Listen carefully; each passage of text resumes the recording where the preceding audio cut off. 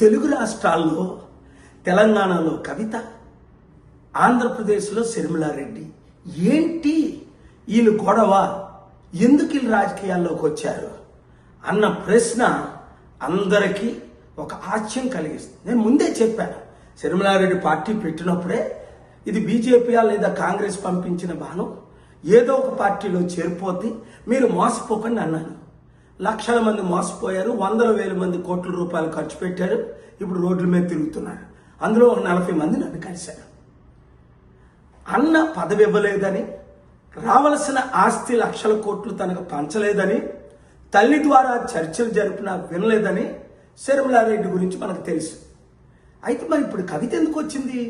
అందుకే వచ్చింది, ఇంకొక అందుకు కాదు. అన్నయ్యకి పదవి ఇచ్చేశారు, లక్షల డబ్బులు ఇచ్చేశారు, కోట్లు, నాకేమి ఇవ్వలేదు, నేను ఊరుకుంటానా?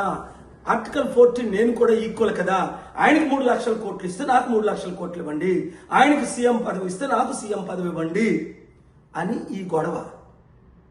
చంద్రశేఖర్ గారి కూతురు కవిత, రాజశేఖర్ గారి కూతురు శర్మిల, వీళ్ళిద్దరు హస్బెండ్లు అనిల్ భార్యలే.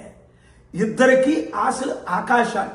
ఈ కుటుంబ కుల పార్టీలు మనకు అవసరమా? ఇంకా మోసపోవడం అవసరమా? మనం బీసీలు 60% ఉన్నాం, ఒక్కరైనా ముఖ్యమంత్రి అయ్యారా?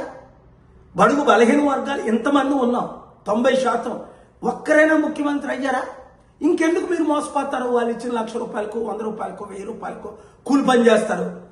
ప్రజాశాంతి పార్టీ ప్రజల పార్టీ, అప్పులు తీర్చే పార్టీ, అభివృద్ధి చేసే పార్టీ, నిరుద్యోగులకు ఉద్యోగాలు ఇచ్చే పార్టీ. 12 లక్షల కోట్లు ఆంధ్రప్రదేశ్లో, 10 లక్షల కోట్లు తెలంగాణలో అప్పులు తీర్చాలంటే నేను వెళ్ళే మార్గంలో మీరు వెళ్ళండి.